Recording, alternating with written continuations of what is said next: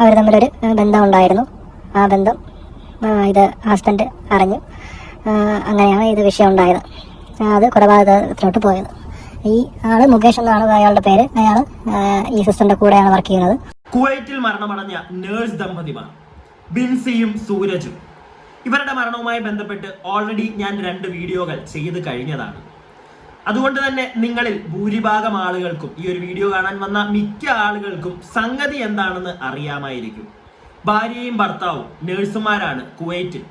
അവരവിടെ വെച്ച് അങ്ങോട്ടും ഇങ്ങോട്ടും പരസ്പരം കത്തിവെച്ച് കുത്തി മരിച്ച നിലയിൽ പോലീസുകാർ കണ്ടെത്തുന്നു.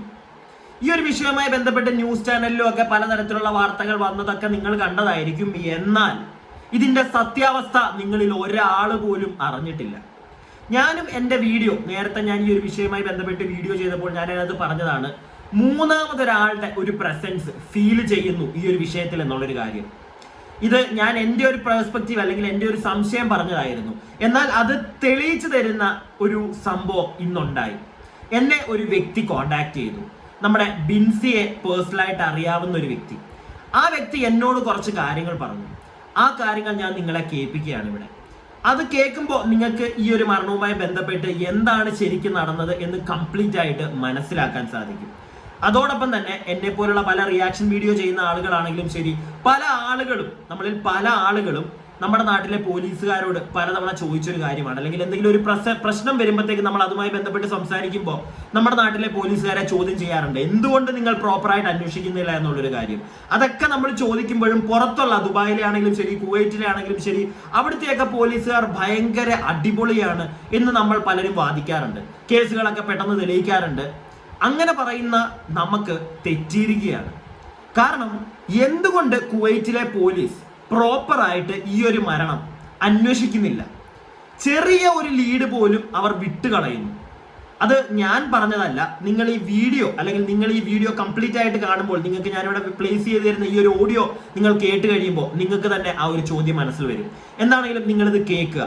പിന്നെ ഈ ഒരു വീഡിയോ അല്ലെങ്കിൽ ഈ ഒരു ഓഡിയോ എന്നോട്, അല്ലെങ്കിൽ ഈ കാര്യങ്ങളൊക്കെ എന്നോട് പറഞ്ഞ് ഞാനത് ഓഡിയോ റെക്കോർഡ് ചെയ്ത് നിങ്ങളെ കേൾപ്പിക്കുന്ന ഈ ഒരു വ്യക്തി എന്നോട് പറഞ്ഞിട്ടുണ്ട് അയാളുടെ ഐഡന്റിറ്റി പുറത്തു വിടരുത് എന്നുള്ള കാര്യം.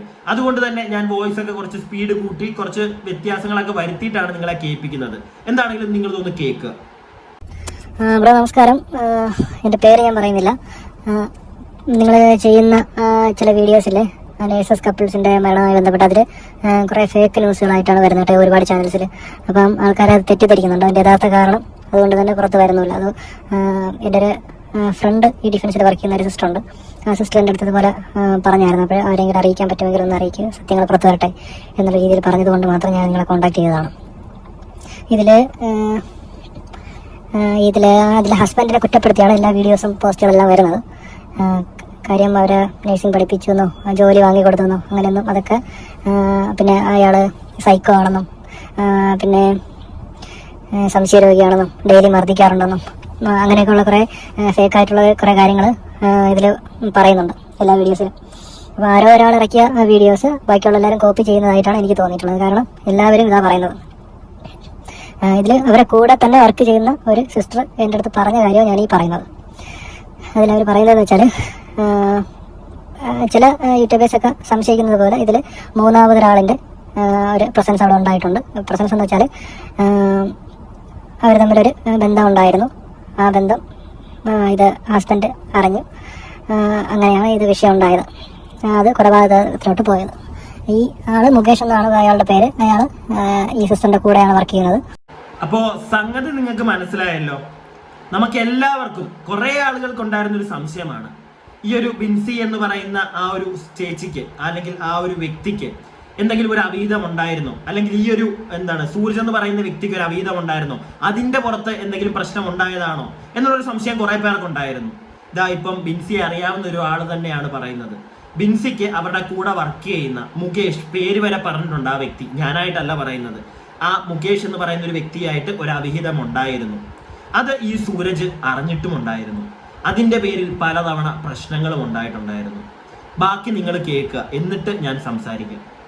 മെഹബുള്ളയാണ് താമസിക്കുന്നത്. മുകേഷ് നിക്കി എന്നാണ് അയാളുടെ പേര്, ഫുൾ പേര്.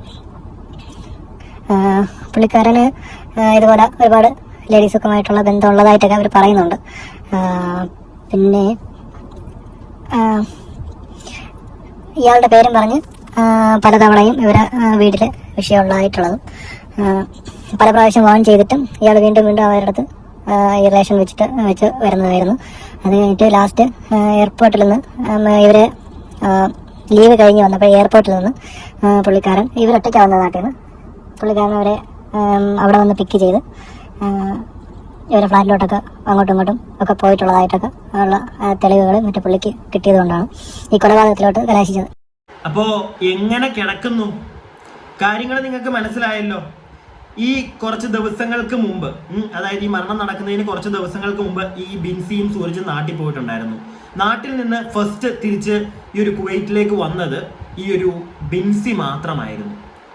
ബിൻസി വന്നതിന് ഒരാഴ്ച കഴിഞ്ഞിട്ടാണ് ഈ സൂരജൊക്കെ വന്നത്. അപ്പൊ ഇവർ ആദ്യമേ വന്നു. ആ ഒരാഴ്ച ഇവർ വന്ന് കുവൈറ്റിൽ ഇറങ്ങിയ ഉടനെ തന്നെ അവരെ വെൽക്കം ചെയ്യാനായിട്ട് ചെന്നത് അവരുടെ കൂടെ വർക്ക് ചെയ്ത, അവന്റെ പേര് ഞാൻ വീണ്ടും പറയുന്നില്ല, ഓൾറെഡി പറഞ്ഞു, അവനാണ് വന്ന് പിക്ക് ചെയ്യുന്നത്. എന്നിട്ട് അവന്റെ ഫ്ലാറ്റിലേക്ക് പോയി. പിന്നെ ഇവരുടെ ഫ്ലാറ്റിലേക്ക് വരുന്നു, അങ്ങോട്ട് പോകുന്നു.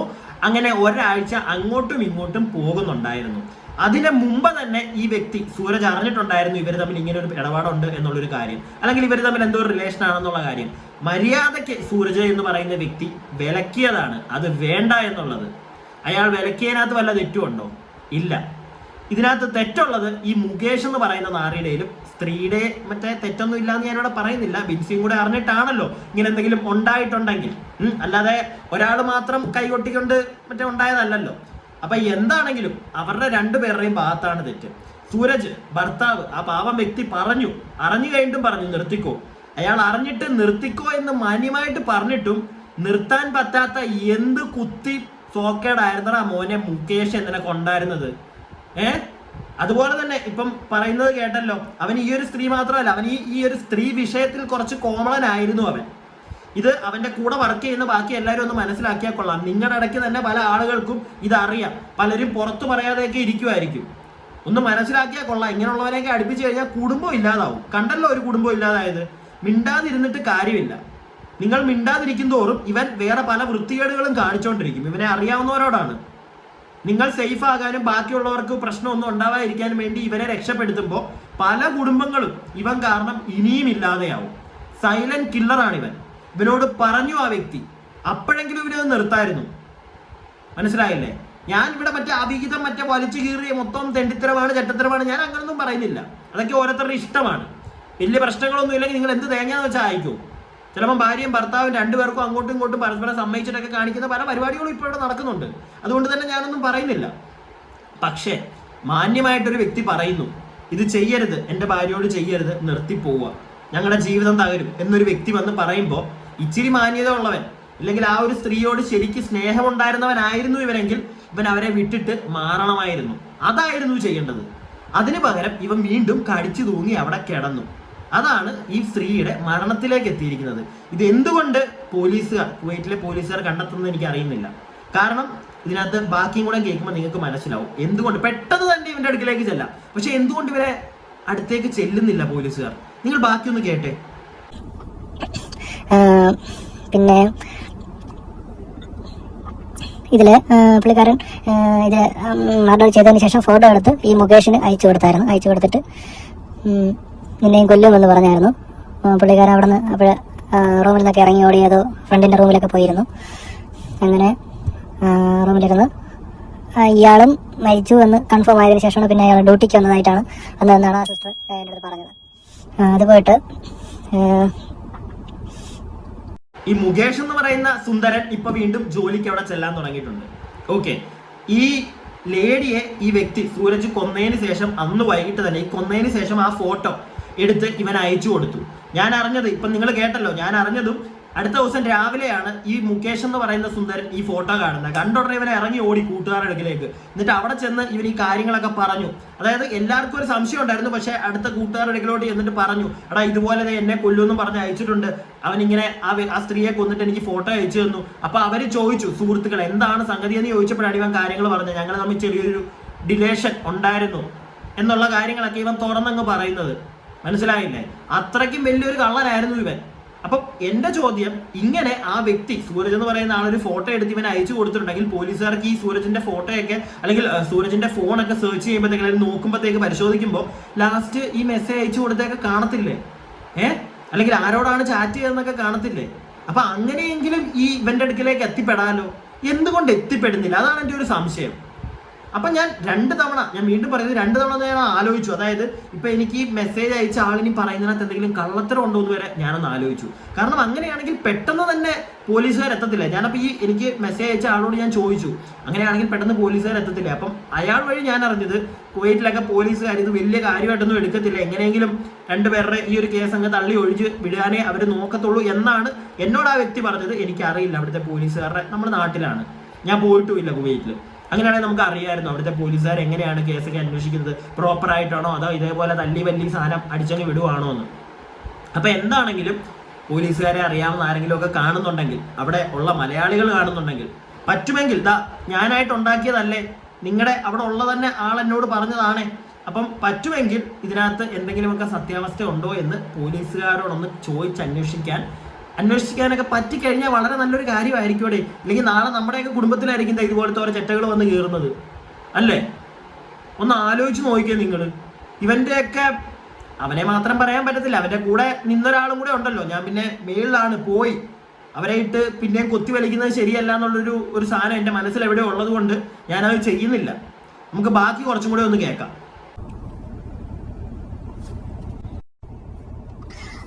അത് പോയിട്ട് പല പ്രാവശ്യവും ഈ റിലേഷൻ അറിഞ്ഞിട്ട് ഈ സൂരജ് ഈ സിസ്റ്ററിനെ വിലക്കിയിട്ടുണ്ടായിരുന്നത്. അന്നൊക്കെ ഈ സംഭവങ്ങളൊക്കെ, ഈ മൊബൈൽ കോൾ വരുന്നത്, വീഡിയോ കോൾ വരുന്നത്, മെസ്സേജുകളെല്ലാം കണ്ടിട്ട് അവരെ മർദ്ദിക്കുകയുണ്ടായി. അതിനുശേഷവും ഇയാൾ ആ പരിപാടി നിർത്താതെ വീണ്ടും ഇവരുടെ പുറകെ നടന്ന് അവരെ വീണ്ടും അതിലോട്ട് വലിച്ചയച്ച് ഒരു വലിയൊരു ദുരന്തത്തിലോട്ട് അവരെ കൊണ്ടെത്തിച്ചത് ഈ പുള്ളിയാണ് എന്നാണ് അവിടെ എല്ലാവരും പറയുന്നത്. അപ്പോൾ ദയവേത് ഇതിന്റെ സത്യാവസ്ഥകൾ മനസ്സിലാക്കിയിട്ട് സംസാരിക്കാൻ ശ്രമിക്കുക. മരിച്ചുപോയ ഒരാളാണെങ്കിലും അയാൾ ചെയ്തത് തെറ്റാണെങ്കിലും അയാളുടെ ഭാഗം മാത്രം, അയാൾക്കും ഒരു കുടുംബം ഉണ്ടാവും. അയാളെ എല്ലാവരും ചേർന്ന് ഭ്രാന്തനാക്കി, സൈക്കാട്രിക് പേഷ്യൻ്റാക്കി, സംശയരോഗിയാക്കി, കൊലപാതകയാക്കി, എല്ലാമാക്കി. ഇനിയെങ്കിലും മരിച്ചു കഴിഞ്ഞല്ലോ, സത്യങ്ങളെങ്കിൽ ഇനിയെങ്കിലും അയാൾ ജീവിച്ചിരുന്നപ്പോൾ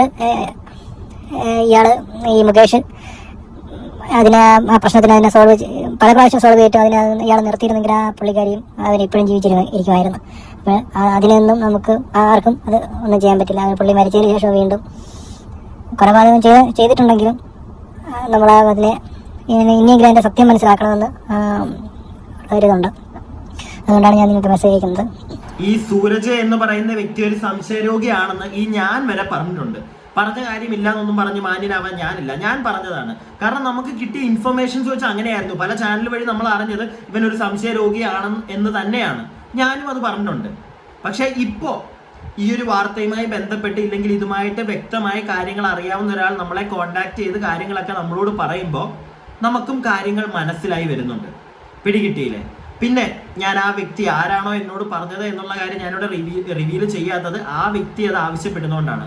അയാളെ നമുക്ക് അങ്ങനെ വലിച്ചു കീറാൻ പറ്റത്തില്ല. കാരണം അയാൾക്കൊരു പരിധിയിൽ കൂടുതൽ ഇതിനകത്ത് ഇടപെടാൻ താല്പര്യവുമില്ല. പക്ഷെ കുറച്ച് ആളുകളെങ്കിലും സത്യം അറിയണം. വെറുതെ ഈ സൂരജ് എന്ന് പറയുന്ന ആളെ എടുത്ത് വലിച്ചു കീറരുത് എന്നുള്ളൊരാഗ്രഹം ആ വ്യക്തിക്ക് തോന്നിയോണ്ട് നമ്മളോട് പറഞ്ഞു. ഞാനത് നിങ്ങളെ അറിയിച്ചു. കാരണം നിങ്ങളിലും പല ആളുകളും വിചാരിച്ചിരിക്കുന്നത് ഇവനാണ് ഏറ്റവും വലിയൊരു എന്തോ വലിയ ക്രിമിനൽ. പക്ഷെ അങ്ങനെയൊന്നും അല്ല. അതിന്റെ പുറകിൽ ഇങ്ങനെയുള്ള കുറെ സത്യങ്ങളുണ്ട്. നമ്മൾ ബിൻസിയെ ഒരുപാട് അങ്ങ് വിശുദ്ധയാക്കാൻ നോക്കി. പക്ഷെ അവിടെയും അല്ല. അതിന്റെ പുറകിലേക്ക് ഒരുപാട് കഥകൾ കേട്ടല്ലോ. ഞാനായിട്ട് ഇനി ഉണ്ടാക്കിയ കഥയാണെന്നൊന്നും ആരും പറയരുത്. അതിനാണ് വ്യക്തമായിട്ട് ഞാൻ ആ വോയിസ് എങ്കിലും നിങ്ങളെ കേൾപ്പിച്ചത്. അപ്പോൾ എൻ്റെ ചോദ്യം ഞാൻ നേരത്തെ ചോദിച്ച കണക്ക്, എന്തുകൊണ്ട് ഈ വ്യക്തി എന്നോട് ഇത്രയും പറഞ്ഞെങ്കിലും എൻ്റെ മനസ്സിൽ ഇപ്പോഴും ഉള്ളൊരു സംശയമാണ്. ഈ പോലീസുകാർ, ഈ സൂരജ് എന്ന് പറയുന്ന വ്യക്തി അവിടെ പോയി കാര്യങ്ങളൊക്കെ നോക്കുമ്പോഴത്തേക്ക്, ചെറുതായിട്ടെങ്കിലും ഒന്ന് അന്വേഷിക്കുമ്പോഴത്തേക്ക്, ഈ സൂരജിന്റെ ഫോണൊക്കെ ഒന്ന് നോക്കുമ്പോൾ അയാൾ ലാസ്റ്റ് അയച്ച മെസ്സേജൊക്കെ ശ്രദ്ധിക്കില്ലേ? അങ്ങനെയാണെങ്കിൽ ഈ വ്യക്തി ഇപ്പൊ പറഞ്ഞ കണക്ക് ഈ സൂരജ് ഫോട്ടോ എടുത്ത് ഈ മറ്റേ മുകേഷ് എന്ന് പറയുന്നവനെ അയച്ചിട്ടുണ്ടെങ്കിൽ അതൊക്കെ പെട്ടെന്ന് തന്നെ തെളിയാൻ തെളിയില്ലേ പെട്ടെന്ന്? അതെന്തുകൊണ്ട് പോലീസുകാർ ഈ വ്യക്തി ഇപ്പോഴും ഈ മുകേഷ് എന്ന് പറയുന്ന വ്യക്തി അവിടെ ജോലിക്ക് പോകുന്നു എന്നൊക്കെയാണ് അറിയുന്നത്. അപ്പൊ ഇത്രയൊക്കെ ഉള്ളൂ അവിടുത്തെ പോലീസുകാരുടെ അന്വേഷണമൊക്കെ? എന്റെ സംശയം അതാണ്.